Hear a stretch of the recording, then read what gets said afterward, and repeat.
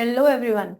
If you are preparing for UGC NET Code 55, Code 17 or Code 08, then do get in touch with Human Peritus. Human Peritus is having vast past experience of almost 14 to 15 years in teaching these subjects. With Human Peritus, you will not only get live classes, recorded sessions and previous year questions, but also 100% coverage of entire syllabus. So to enroll yourself, visit www.humanperitus.com। नमस्कार दोस्तों, कैसे हैं आप सब लोग। आज हम इस वीडियो में इंडस्ट्रियल डिस्प्यूट एक्ट में बहुत सारी अथॉरिटीज के बारे में बात की गई है। For example works committee, for example board of conciliation, for example conciliating officers, then we have adjudicating authorities like labor court, tribunals and industrial tribunals. So out of them we are going to discuss today works committee। तो कौन सा section है industrial dispute act का जो works committee के बारे में बात करता है? That is section 3। ठीक है, तो सेक्शन 3 में वर्क्स कमेटी की बात हुई है।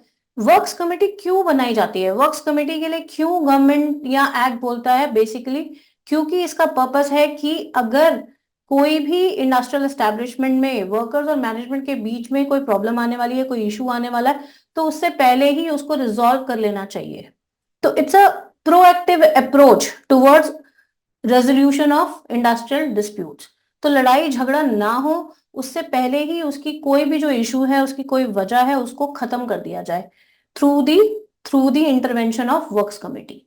ठीक है, तो एमिकेबल रिलेशनशिप्स की तरफ स्ट्रेस करती है वर्क कमेटी। इनका कोई भी आपस में डिफरेंस ऑफ ओपिनियन हो, जैसे कि एम्प्लॉयर और वर्कमैन के बीच में कोई भी डिफरेंस ऑफ ओपिनियन हो जिसमें आमने सामने ये कन्फ्रंट कर रहे हो, तो ऐसे किसी भी इशू को पहले से ही खत्म कर दिया जाए ताकि कोई बड़े लेवल का डिस्प्यूट ना क्रिएट हो। तो इसलिए वर्क्स कमेटी को प्रोविजन में लाया गया है। ठीक है, तो अब हम इसके स्पेसिफिक प्रोविजन देख लेते हैं जो सेक्शन 3 में दिए गए हैं। एक्ट कहता है एप्रोप्रिएट गवर्नमेंट के पास पावर है। किस चीज की पावर है? That it can issue mandate over employers to constitute works committee. ठीक है, वर्क्स कमेटी बनाने के लिए कौन मैंडेट इशू कर सकता है? एप्रोप्रिएट गवर्नमेंट मैंडेट इशू कर सकती है। ठीक है, और कब कर सकती है?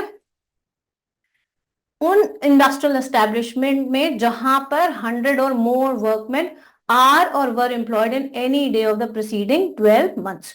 तो प्रीसीडिंग 12 मंथ्स का पहले भी मैं आपको मतलब बता चुकी हूँ। इसका मतलब होता है कि आज से अगर हम देखें तो करंट डेट से प्रीसीडिंग 12 मंथ्स का पीरियड लिया जाएगा, और अगर किसी भी एक दिन 100 या 100 से ज्यादा वर्कमैन उस इंडस्ट्रियल एस्टेब्लिशमेंट में एम्प्लॉयड है, तो एप्रोप्रिएट गवर्नमेंट ऐसे इंडस्ट्रियल एस्टेब्लिशमेंट के एम्प्लॉयर को मैंडेट दे सकती है that you need to constitute works committee. ठीक है, तो इसका वर्कमैन का थ्रेशोल्ड क्या है? 100 और मोर वर्कमैन। ओके ओके, अब जो और दो इंपॉर्टेंट बातें बोली गई हैं सेक्शन 3 में with respect to constitution of works committee is कि इसके, क्योंकि ये बाइपार्टाइट कमेटी है, तो इसको रिप्रेजेंट कौन करेगा? एक पार्ट पे एम्प्लॉयर्स के रिप्रेजेंटेटिव्स और दूसरे पार्ट पे एम्प्लॉयज के रिप्रेजेंटेटिव्स। ठीक है, so it should consist of representatives of employers and workman engage in the establishment. ठीक है, तो दोनों पार्टीज अपने अपने रिप्रेजेंटेटिव्स के थ्रू वर्क्स कमिटी में रिप्रेजेंट करेंगी। ठीक है, ओके। एक और इंपॉर्टेंट बात जो वर्क्स कमेटी को लेकर है कि जो रिप्रेजेंटेटिव्स है ना वो वर्कमैन के, they should not be less than representatives of employer. तो एक्ट में स्पेसिफिकली ये लिखा गया है कि जो वर्कमैन साइड के जो रिप्रेजेंटेटिव्स हैं वो कभी भी एम्प्लॉयर के नंबर ऑफ रिप्रेजेंटेटिव से कम नहीं होने चाहिए। तो इसका मतलब है कि एम्प्लॉयज के या वर्कमैन के रिप्रेजेंटेटिव या तो इक्वल हो सकते हैं एम्प्लॉयर के रिप्रेजेंटेटिव्स के, अगर वहां 11 है तो यहाँ 11 हो सकते हैं या उससे ज्यादा भी हो सकते हैं। लेकिन किसी भी सिचुएशन में एम्प्लॉयर्स के जो रिप्रेजेंटेटिव्स हैं वो वर्कमैन के रिप्रेजेंटेटिव से ज्यादा नहीं हो सकते। ऐसा नहीं हो सकता कि एम्प्लॉयर्स के रिप्रेजेंटेटिव्स 12 हैं और वर्कर्स के रिप्रेजेंटेटिव्स 10 हैं। So this is not possible. तो ये बहुत ही सिग्निफिकेंट लाइन लिखी हुई है वर्क्स कमेटी को लेकर सेक्शन 3 में। ठीक है, जिसका हमें ध्यान रखना है। Right, okay. और अभी मैंने आपको बताया कि वर्क्स कमेटी के ऑब्जेक्टिव्स क्या होते हैं, वो भी सेक्शन 3 में स्पेसिफिकली मेंशन्ड है। To promote measures for securing and preserving amity and good relations.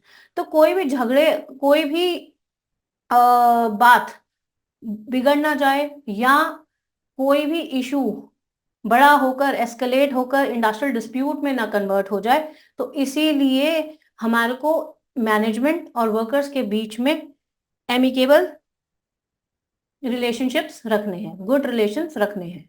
To comment upon matters of their common interest, जिस चीज से भी इनके इंटरेस्ट की अलाइनमेंट होती हो उसके बारे में बात करनी है through works committee. And to compose of any material difference in between these two parties. तो अगर एम्प्लॉयर और वर्कमैन के बीच में कोई भी मटीरियल डिफरेंसेस हैं तो उसको कंपोज करना, उनको सेटल करना, ये काम है वर्क्स कमेटी के रिप्रेजेंटेटिव्स का। ठीक है, तो बात बिगड़ने से पहले ही संभाल ली जाए, यही मोटिव है वर्क्स कमेटी का। That's it from my side, thank you so much.